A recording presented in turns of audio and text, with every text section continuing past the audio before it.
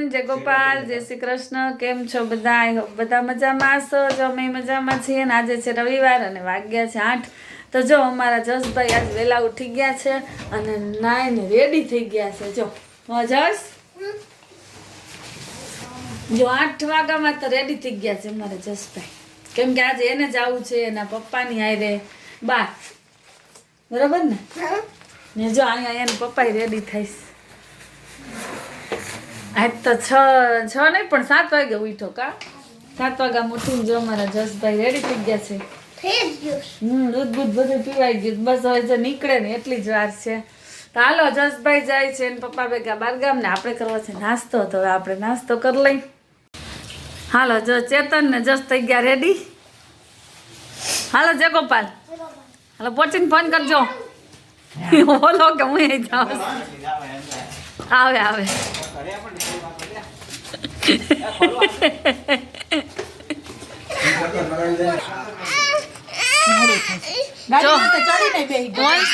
વંશ ને જાવું છે ને બાપુજી ભેગો. આમ તો જો ઠંડી આવી, ઠંડીમાં જવાય.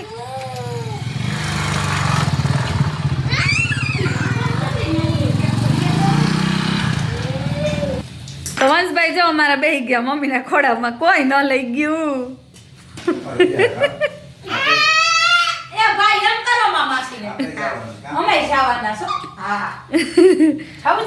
મને ન લઈ ગયું વંશ કોઈ. હોટલમાંથી વયા જાવ ઉપરકોટ, મજા આવશે. હાંજે નીકળજો ને જો અહીંયા આવી ગયા ચટ્ટાના પોરમાં ગરમા ગરમ ગાંઠિયા ને અમારા વિધિ બેન ઉઠી ગયા જો, એટલે અહીંયા નાસ્તા પાણી હાલે. વંશ તારે નથી કરવો નાસ્તો? બ્રશ કરે છે પછી. હાલો હવે આપણે નાસ્તો કરી લઈ. તો 10 વાગી ગયા છે ને અમે થઈ ગયા છીએ રેડી. જો હું ને વિધિ બે, કેમ કે અમારે જવું છે આજે પિયા લાલવડરાયજીના દર્શન કરવા. આજે છે 14 એટલે ઠાકોરજીની તિથિ છે એટલે અમે જવાના છીએ ત્યાં. અને જસ ને એના પપ્પા ગયા છે બાર ગામ. અને અહીંયા જો અમારા વંશભાઈ ઊભા છે કે માસી મારે તમારે ભેગું આવું. આવું ને હજી ના આવ્યો નથી તું તો. જો વંશભાઈ અમારે કહે છે કે ભેગું આવું પણ એ કાંઈ રહે નહીં, ન કરતો એને લઈ જાય. હાલો તો હવે આપણે છે ને ભિયાડ નીકળીએ. પહોંચી ગયા છીએ ભિયાડ અને 11:30 જેવું થઈ ગયું છે ને અહીંયા છે મનોરથ. તો હાલો હવે આપણે અંદર જઈએ અને પછી દર્શન ખુલે એટલે આપણે દર્શન કરી લઈ.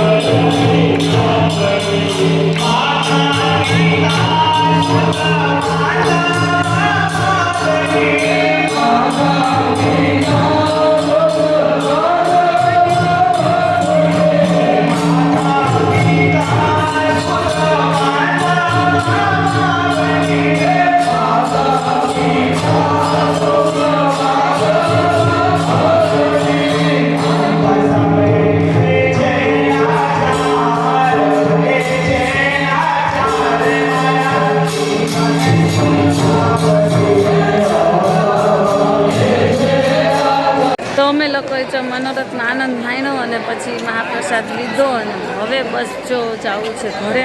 હાલો તો હવે વાહન મળે એટલે આપણે ઘર બાજુ નીકળીએ.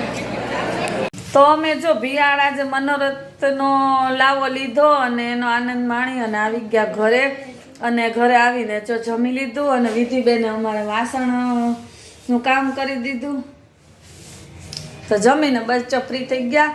તો આ તો અમારા આજનો વિડીયો. તમને વિડીયો કેવો લાગે છે મને કમેન્ટમાં કહેજો. ને અમારી ચેનલ ઉપર નવા હોય તો એને સબસ્ક્રાઈબ કરી લેજો. પાછા મળશું એક નવા વિડીયોમાં. ત્યાં સુધી આવજો.